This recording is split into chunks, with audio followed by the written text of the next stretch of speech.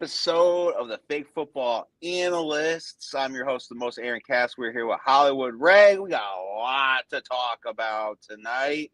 But first, Hollywood Ray, how you doing? And I'm good. I think I would have felt a lot worse, had we just end up coming on Sunday night or whatever. But You would have been. you took care of that for me. You had someone on the pod. So shout out to the Giant fan that came on. So make sure you follow his show. But yeah, Giant topic guys. But yeah, no. Feeling good. Second week back from school, and I just finished a class to help towards my teacher's license outside of what I do here with this. So yeah, I feel good. It's a weight off my shoulder. So let's get to it. You know, it would be a bigger weight if someone sponsored us. I'm just going to put that out there. Yeah, We don't have to work. Yeah, and right. if you don't know where it is, Fake Football Analyst on YouTube. Make sure you like, subscribe, and follow. So you're talking about cleaning and doing all this and all that. So unfortunately, we got a clean your desk segment. So Greg Roman, clean your desk. Yes. He is out in LA. Knew that was coming. He's probably going to follow John Harbaugh somewhere, or maybe not. I don't know. And I'm a little sad about this one. So Eagles offensive coordinator Kevin Patullo, probably saying it wrong, apologize. Clean your desk. They kicked him out. I'm sad because I want the Eagles to be bad. So you have to keep them. So that's a little sad. But this one though, this one's an interesting clean your desk. We talked about it. We didn't think it was going to happen, but you lost 7 straight games. Mike Tomlin is gone. Clean your desk. He was fired, folks. This is a Tom Coughlin situation. He didn't step down.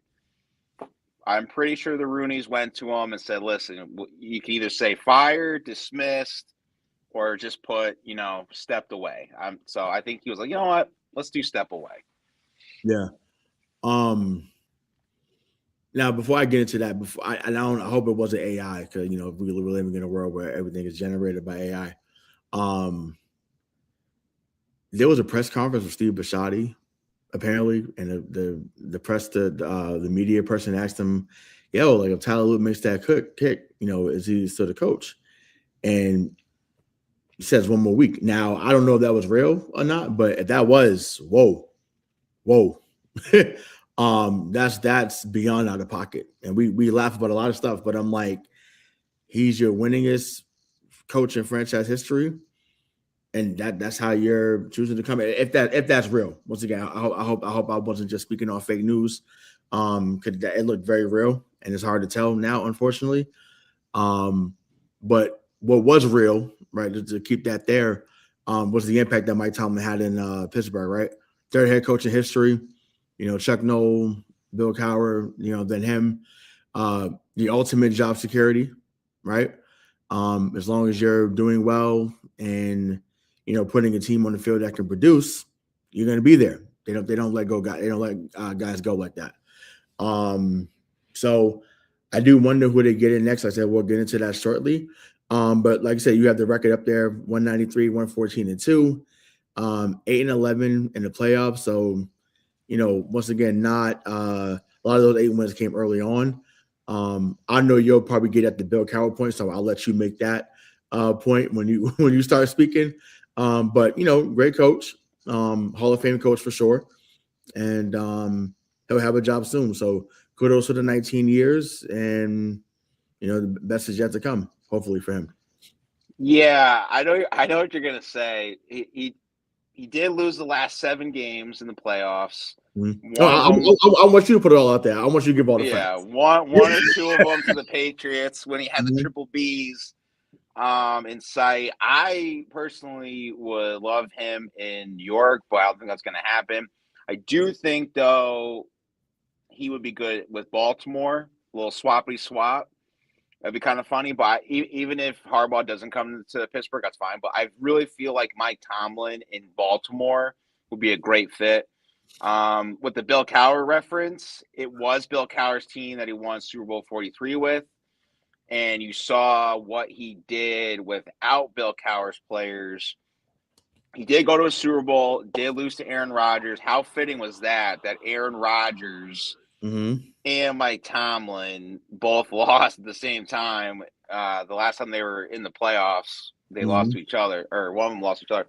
But yeah, I had a feeling it was going to happen just because of the 7 straight playoff losses, and the Steelers are a winning organization, so they had to pick somebody. Is it all on Mike Tomlin? No. Is it on the players where they were going on Instagram lives and going crazy on it, and Mike Tomlin's telling you to get off of it, and sometimes he wouldn't say it? Like that was a little bit of an issue a few years back. So it's like he is a good players coach. He teaches you how to like be a man. It's not all about like the paychecks. I've seen a lot of ex-Steelers players like Le'Veon Bell, Tyler Matakevich, people like that, saying that like basically he's a great coach. And he is, not just record wise, but just as a person. So I think wherever he goes, it's going to be a successful hire. I do think Pittsburgh wants that as well, because I believe they have to give up like a draft pick or something for him because he resigned. But that's just me. But yeah. I mean, I know you said Baltimore, which like I said, which would be hilarious. I wonder if he goes to Miami. Do you think he would stick with Tua though? Probably not. He shouldn't. Yeah, he shouldn't. But maybe Flores goes up there, or he goes to obviously Flores is not going back to Miami, obviously, but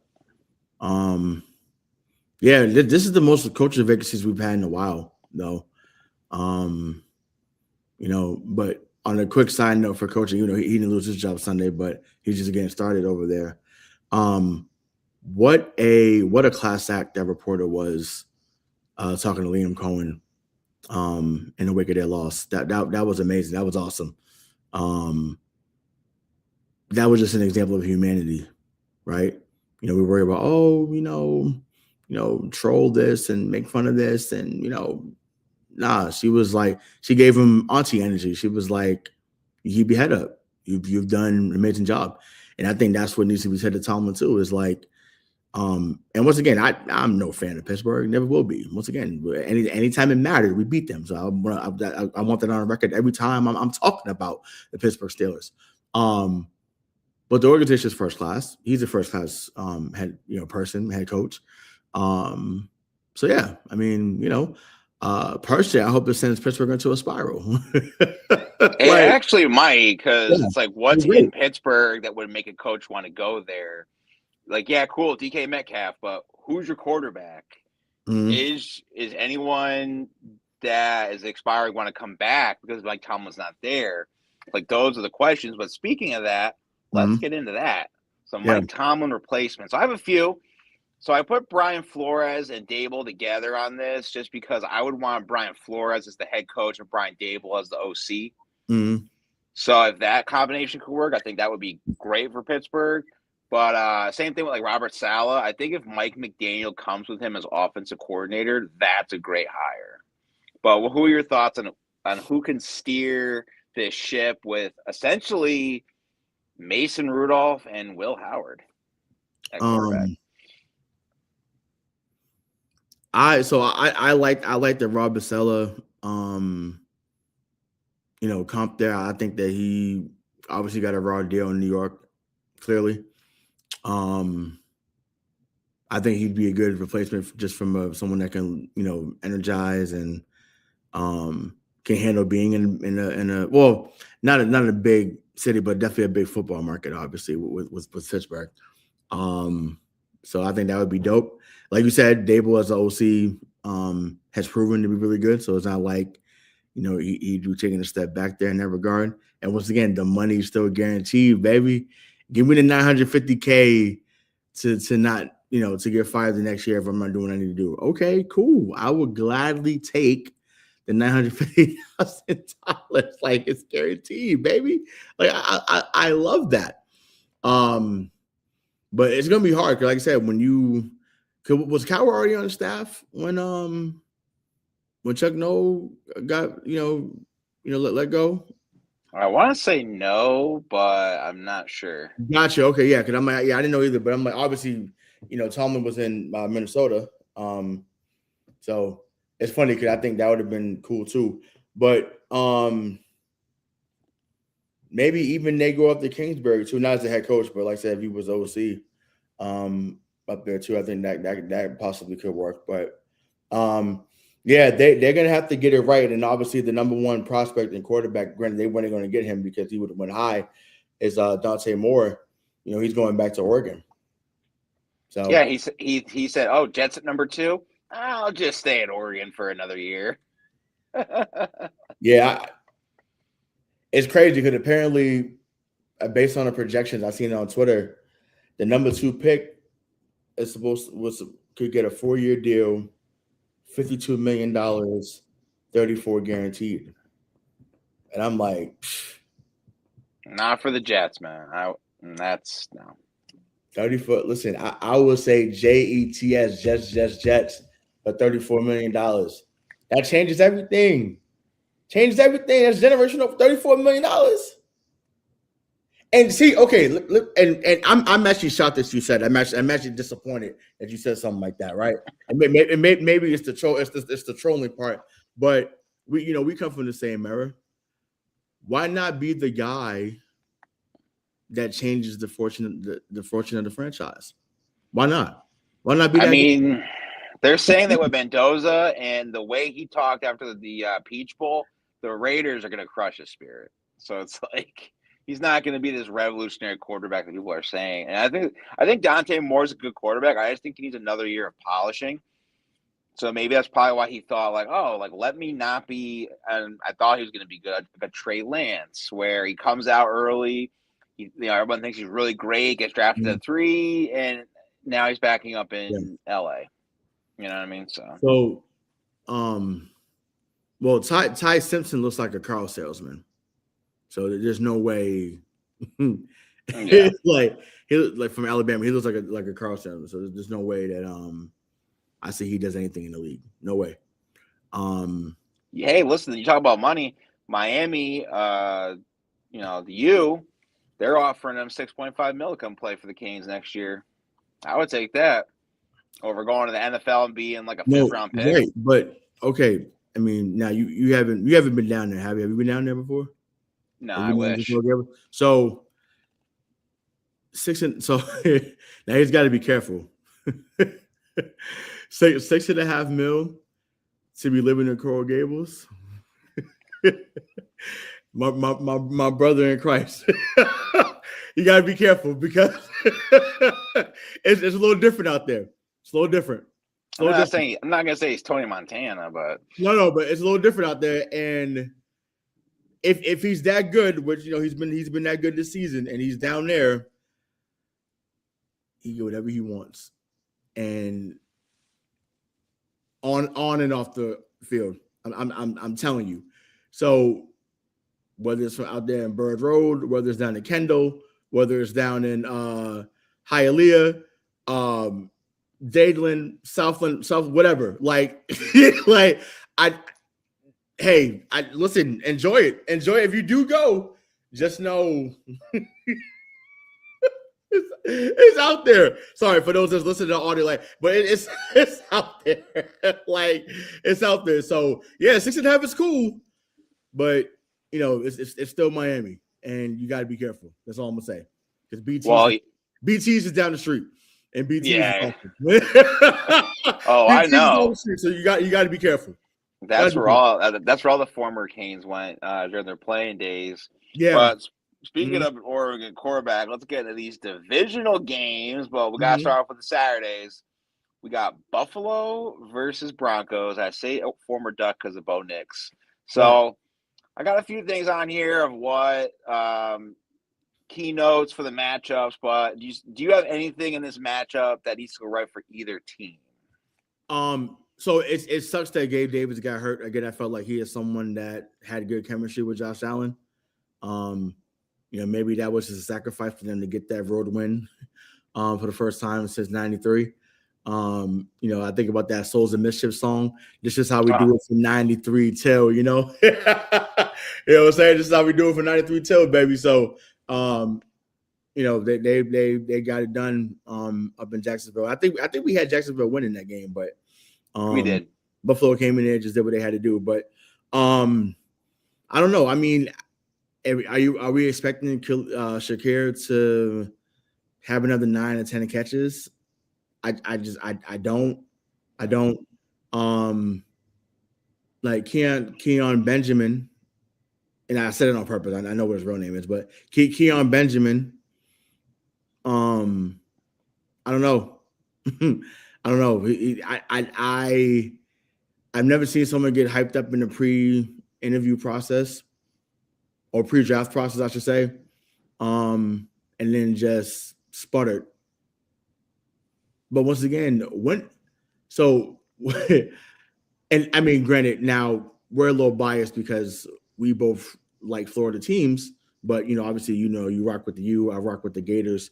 So of course, we're not going to sit here and prop up anything Florida State. We're just not. Once again, we like Jameis, but that's he's different. You know what I'm saying? He's different. But I want y'all to tell me. Tell Aaron, tell the whole world. When have we seen a product at the wide receiver position for Florida State actually flourish? And I better not say Peter Wolf, because he did not do what he needed to do in the NFL. And Anquan Bolden. In college, he was unbelievable in college. Probably Peter Wolf's probably a top 10 college football player of all time. Respectfully, he is. Dude was unreal down there at Tallahassee. Unreal. Anquan Bolden's the next one. Oh, I'm sorry. You're right. I'm sorry. Let me. Sorry. You're right. I forgot about him. So okay, it's just Anquan Bolden. Then it's just that. Anquan Bolden was really good for a majority of his career. Like I just you can't give me anyone else. And that sucks because they've had a really prominent program and a lot of great players have come through there. Has some number 1 picks, has a lot of good first round picks, but it's just not. They have not produced at that position in the league. So I think too, because Brandon Beane's like, you know what? We have Josh Allen. Like, he can do anything. Like I believe we talked about before. Josh Allen has more rushing touchdowns than James Cook. So I'm thinking Brandon Beane's like, you know what? We can bring in a Josh Palmer. We can bring in Curtis Samuel. We can just bring in like these guys that are like a number 2 receiver or a slot guy. We'll just make him the number 1. Like Khalil Shakir, we'll just throw the bag at him. Like, he'll be a good number 1. Right. So that's why I put wide receivers need to step up, just because of who they have. I mean, they have the twin tight end set with Dalton Kincaid and Dawson Knox, but that really doesn't show. It's just been the Josh Allen show. And I think going into Denver, Denver has a week off. Josh Allen's hurt with a few things going on with like his pinkies and arms and stuff. I think Denver will crush Buffalo, and I don't think it's going to be a close game. And I only put for Bo Nix's stats, that was last year when he was in the playoffs. So I think he's going to improve better against this Buffalo team, just because a lot of the defensive guys are either on the IR or they're doubtful to play. So I actually think that Buffalo comes in there, and I think Josh Allen gets whatever he wants. You're circling the wagon. All right. Unfortunately. But yeah, I think that you just want them in the AFC Championship game. That's why you don't want Denver. Well, it's funny because we talked about this on me and Mike talked about this on Monday night. I said I want to be the one to send him home. It's not worried about Bo Nix. I want to send Josh Allen home. The competitor in me wants to send Josh Allen home. I want them to get close. I want them to sniff it. I want them to be right there and just bam. Wow. I don't care if it's Borregales. I don't care if it's Kayshon Boutte. I don't care if it's Trayvon Henderson. Whoever it needs to be to send the Bills fans and Josh Allen packing. I love that. But if we have to come into Mile High, to Invesco, or whatever it's called now, and Power Field, whatever else it's called now, if we got to come into Invesco Field and end the fairy tale ride, okay, I'm ready to give the Mile High salute too. See you later. It don't matter. No matter where they at. And once again, New England's one. You know how I feel about teams that went on the road. No, I feel about that. That is one of my biggest indicators of what you can do. They have not lost on the road yet. So, would it be super tough up there? But we don't know, right? Because now, like I said on Monday, I'm speaking. I would be speaking from what I saw Brady go through. Right, that was a hustle. That was a house of horrors for Brady. His whole career, from Jake Plummer to well, I mean they smoked Tebow up there that year, but like it was always tough up there. And whether it was Kyle Lauren, whether it was like I said, Jake Plummer, whether obviously Peyton Manning had some battles before Peyton Manning retired. So it was just always tough. So we even lost to Paxton Lynch, if I'm not mistaken. It's a joke. I think on Sunday night out there, they got a winning touchdown in the snow. And I think it was around Thanksgiving, 2015, I think. If I'm mistaken. Wow. Spider Y2 banana got you. Yeah, right. Exactly. Yeah. Yeah, exactly. So funny because we was big on him too. We thought he was gonna be something, but he just didn't pan out. It's wild how they were so gun-ho on Paxton Lynch, but didn't let John Elway drive Josh Allen. Like, we're looking at Denver a little differently. For real. You know what I'm saying? So that's kind of crazy. But it's just funny how that goes. But yeah, I like, needless to say, I think Buffalo wins Sunday or Saturday, I should say. I'd rather, like I said, I'd rather be the one to send them home. Just like I wanted to send Pittsburgh home too. I didn't want to face Houston because every time we face Houston, and we'll get into that, but every time we face Houston, I get bored. Not because they're not a good team. It's just like offensively, it's just like they don't do enough. And that's always been the case, regardless of who's been the quarterback. David Carr, Matt Schaub, Brock Osweiler. Yeah, bro. Oh my! Wow, I forgot about that. You got that $70 million deal. I forgot about that. Crazy. Yeah, that's the other guy they lost to up there too. Him too. Crazy. Yeah. Crazy. So yeah, all set. But you know what? It's going to be a crazy game is Saturday night. No George Kittle. Brock Purdy has been. I'll say he was good against the Eagles. They already played 2 weeks ago for the division. The Seahawks won that one, 13-3 in I believe it was in 49ers. Yeah, the Levi's. But now they're going on to the 12th man. Will Sam Darnold see no ghosts in a playoff game? And can they stop Christian McCaffrey? So, well, no one's been able to stop Christian McCaffrey right now. Well, this is good because it's a division game. So they're both tied 1-1. Yeah, this season, he's Christian McCaffrey. Once again, I know how people feel about the running back position. He's redefined it. He's doing stuff that we have not seen at that position. Period. Once again, you can name a lot of great running backs from our era, from before. Once again, they were all great runners, but they were not all great receivers. So basically what the runners have to do is go to Germany and get I believe he got like his calves moisturized or something. Maybe that's what they got to do now to be good pass catchers. Right. He's a modern day Marshall Faulk.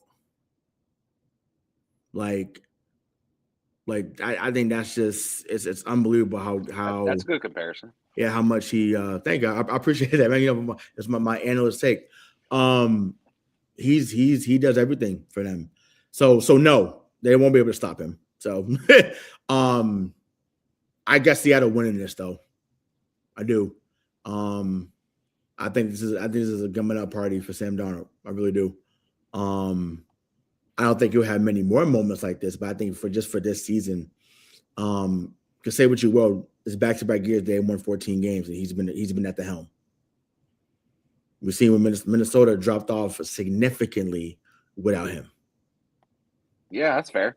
Like, so once again, we could say what he wasn't, the defense is this and defense is that, because that's what, Mike was reiterating to me. I say, yo, I feel you. I feel you. Because Mike just refuses to be in a world that Bo Nix, Sam Darnold, and Trevor Lawrence were decent quarterbacks. He said, I refuse to live in that world. I said, I feel you, but the reality is that a couple of those guys are, at the helm of some really good teams. And we could say the defense, but you still got to score. You still got to score, still got to move the ball, and schematically, that's what they've been doing.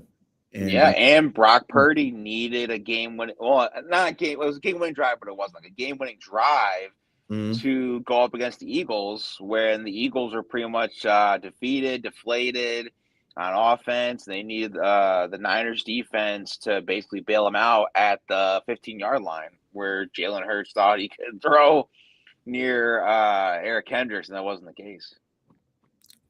Yeah, so I know we didn't get into that, but just a quick aside, kept telling you that he was the Black Alex Smith. I'm telling you all that. To talk about Jalen Hurts. Told you all that.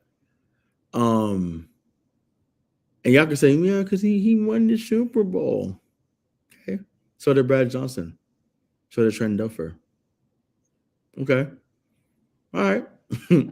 Great. A lot of guys won one.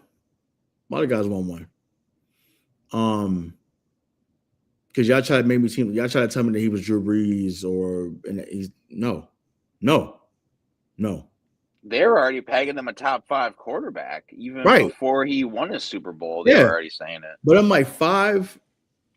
When he has 30 or more attempts, I've seen the stat. They're 5-8. 5-8. Oh wow! So that means 5 out of 13 times they won a game. And I'm a math teacher when I don't do this. That's 38. That's 38.5%. I ain't got no calculator in front of me, but I know that's a number. It's 38.5%. So 5 out of 13 times. So under 40% of the time, they win when he's slinging it. Pause. Like that unbelievable. Why would you want that? Why would you want him being the leader or being the guy that's supposed to get it done? That's my favorite line on the show.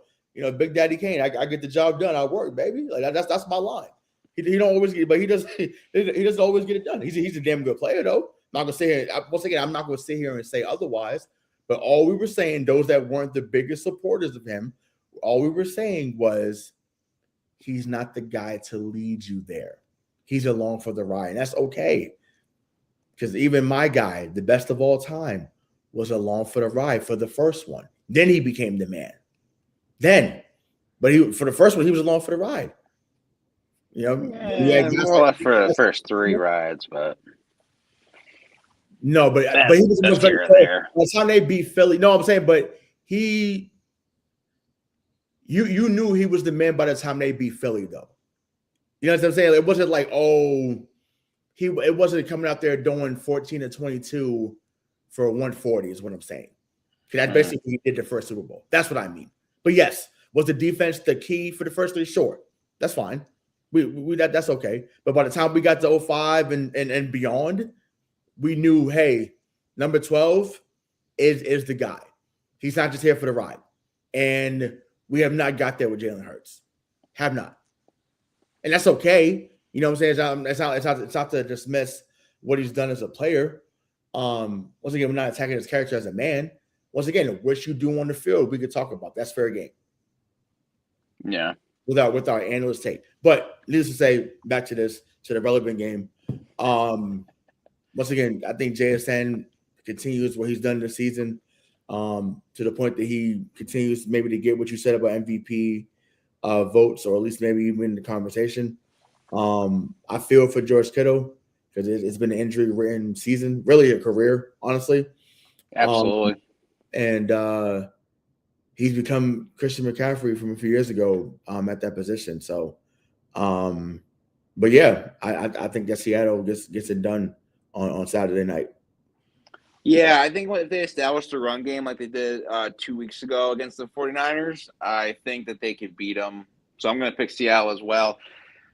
All right, let's get into the Sunday games. The first one on the slot, Texans versus Patriots. Take it away, Hollywood Ray. So it feels good to be back in this position. Just to even have a shot to get there. Once again, you're not going to win it every year, but you want to be in contention. And that's what they've gotten back to. They have exceeded expectations. They have surpassed everyone's expectations, except for what's in that locker room. And Mike Vrabel has them believing. He has the city believing again. And Drake May, although he had a shaky first half, reminded y'all he's not normal. What he did in the second half was beautiful. 11-14, $173. The touchdown pass to Henry, that sail route to the corner, beautiful. Ramondre Stevenson, a lot of y'all gave up on him. A lot of y'all was mad. And I kept saying to the MTP people, I kept saying, even to you at times, I was mad about the fumbles for sure. I said, but you need him come January. If you get there, you need him. And he was spot on Sunday night. Spot on. Making great catches, getting there with the, making certain runs to get the first downs or just to, make the offense more manageable. He did his part. And yeah, but like I said, they're great. Houston was phenomenal Monday night. Their defense is legit. It's for real. I hope that, Nico Collins doesn't get, I want everybody to be healthy on their side. And like you said, at the bottom of the ticker, it's a gut check game for CJ Stroud. Can you come into what used to be a house of horrors for a lot of people? Can you come in here? Once again, Deshaun couldn't do it. Matt Schaub couldn't do it. I feel like Brock Osweiler was over there too. We talked about that, but he did not do it. He threw like 2 picks, I think, in that game. No, right, but I'm saying, but he was over. I'm saying he was over there too for a little bit, right? So yeah. So it didn't. You could talk about Sage Rosenfels, whoever, right? Don't matter. They have not gotten it done where it mattered most up in Foxborough. Yeah, I think this is going to be a one-sided matchup, and I think I'm putting in the Patriots' favor just because Nico Collins is in the concussion protocol. Christian Kirk had a game of his life in the playoffs last week. I don't think he can do it against this Pats team. I mean, other than that, like, who do you have? Jaden Higgins, rookie. You Xavier Hutchinson. Yeah, but this is the playoffs. This is a Mike Vrabel Patriots defensive team. But you should be breathing and exhaling perfectly because Will Anderson Jr. is having a nagging ankle problem. So he's a game time decision. So if he doesn't go, oh my God, that is perfect for this Patriots team. It is, but last time I checked, you didn't write on it that him and Anderson were game time decisions. You just wrote that it was him. So they still got Danielle Hunter, still got Derek Stingley.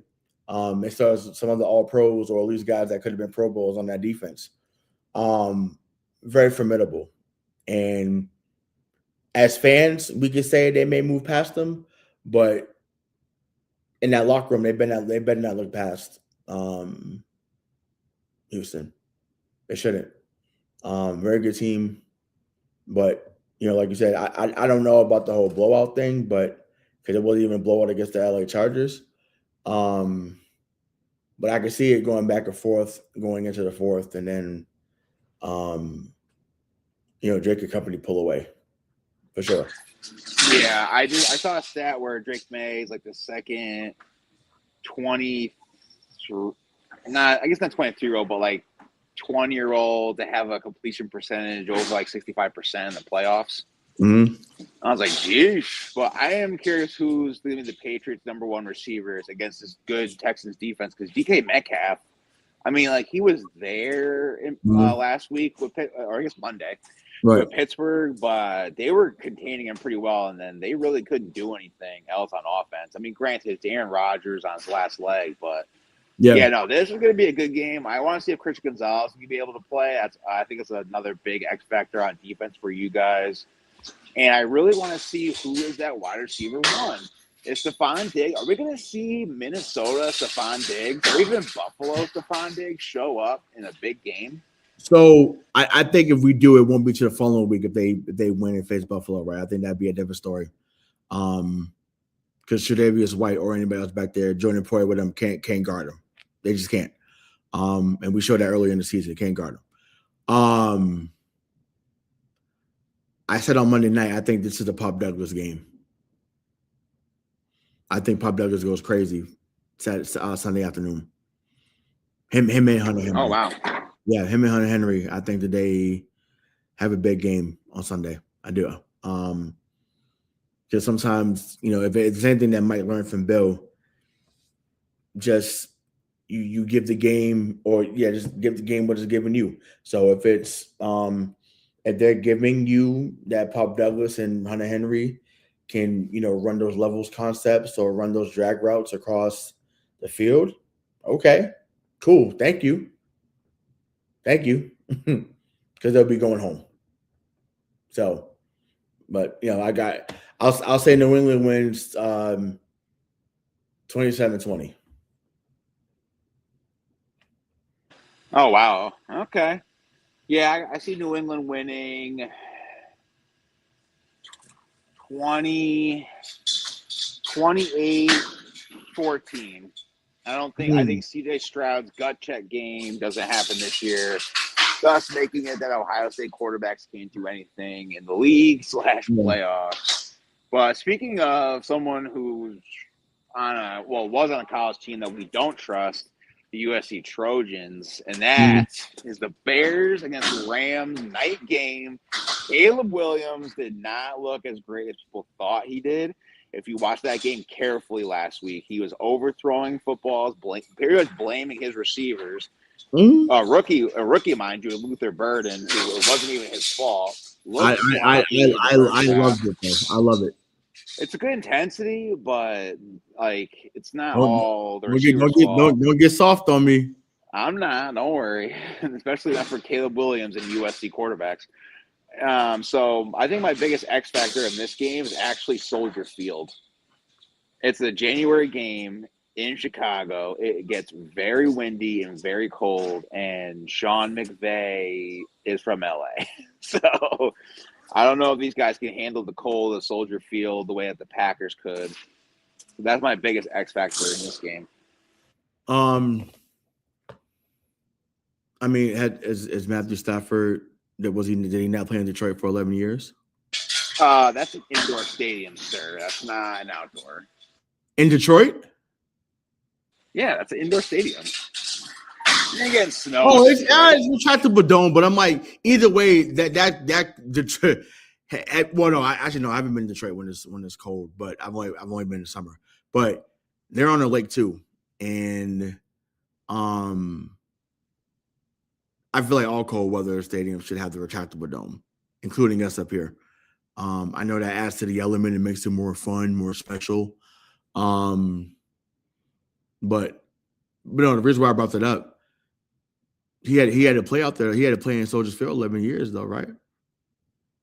Not like he didn't. Yeah, but that's a younger Matt Stafford. This is an older. The bones get a little chilly when it's not 70 degrees.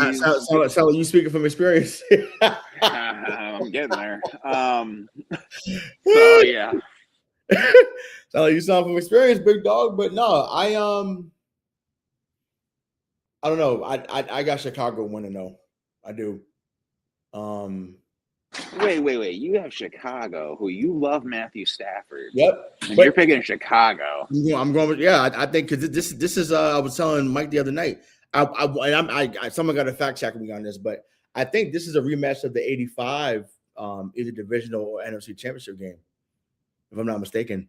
And Chicago moved on and obviously won the Super Bowl. So I thought they played the Giants in that game and they won 14-9 because it was almost like a frozen tundra. Yeah, maybe it was, but I just know, I don't know. I just when stuff like that happens last week, it's just like, oh, there's more to this. Okay, all right. And I just think that it's their time to have a deep run. They're long overdue. It's been 15 years since they made an NFC Championship game. So, and I think this is that time, honestly. So, yeah, I got them winning. So basically, what we have here is Buffalo Patriots and Seahawks Bears in the championship games. Yep. Now for the MVP narrative, I would love for Drake to get his first against the Rams. Because you know why? The other guy got his first against the Rams too. And his final one here. So that would be awesome. I just don't think it's gonna happen. So I'm going with Chicago. Wow. Yeah, that's we'll find out. We're gonna find out. So it's a gut check game for Caleb Williams. First time in the playoffs. Yep. I mean, they've been cardiac kids all year. You cannot count them out in the fourth quarter until 0-0-0. So as my former coworker who was a Bears fan, shout out to McBride. You better get your mind right. And he tells us all the time. He said, young fella, get your mind right. So they better get their mind right come Sunday, or he'll be painting his nails all summer long. I could see him doing that. Yeah. So so we'll go into the final thoughts here. So I'll start it off. I was gonna say in the beginning, and I actually forgot about it because again I'm at work. So one, hope we get a sponsor so we don't have to do this anymore. We actually have like real jobs. And two, also support local podcasters. I feel like the local podcasters, whether it's up in Mass, where I am in Connecticut, Florida, Missouri, anywhere like that, support local podcasters. We actually tell the truth on things. We don't shy away from topics, unlike the big corporations that do. So I just wanted to put that out there. Kudos to the Texans linebacker, Azeez Al-Shir. I'm sorry, I apologize if I said it wrong. Love the post game. I was talking about, I saw that. Yeah. Thought that was really dope. I definitely had to put a shout out on that one. Also, too, I don't know about Saturday night, but just make sure you guys hit the like, subscribe, and follow button, because there'll be a nice little bell go ding. So when we go live after these games, you guys can know when we're going to be doing it. If we don't do a Saturday night, we'll definitely be on Sunday night to dive into everything. I'm pretty sure Hollywood Ray wants to talk about it, especially if the Patriots win in a fashionable way against the Texans. But as always, Black people matter. Yeah, I echo that. Once again, I don't have more to add on that. I think what I would have said for final thoughts I said earlier in the show. But I'll add to that. Just be kind to people. Once again, have your fun. Make your jokes with people that you actually know. But be kind. It costs nothing to be kind. But yeah, so support those that are trying to get on the rise. But also give constructive feedback, right? I think sometimes when it's like, oh yeah, that's my friend, that's my buddy, just like go support. We don't always have a great show. So it's okay to tell us. We got thick skin. Some of these other shows don't always have great shows. Even at the professional level, they don't always have great shows. But you and I now have done well over 250 episodes. We've done guest spots on different shows that have been seen by other networks. So it's a privilege to do this, and it's fun to do this, and we don't take it as a hobby. So continue to support us as we perfect the craft. We take one day at a time, we take one show at a time, and just continue to support the glow up, because the best is yet to come. And as always, Black Lives Matter, not only when it's convenient for you. Exactly. So I'm your host of the most, Aaron Cass. This is Hollywood Ray. This is another episode of the Fake Football Analysts. We will see you either Saturday night and Sunday night, or just Sunday night. Again, hit the like, subscribe, follow button, hit this little bell. It goes ding. You'll know when we go on. Appreciate all the support. So we'll see you when we see you. Peace.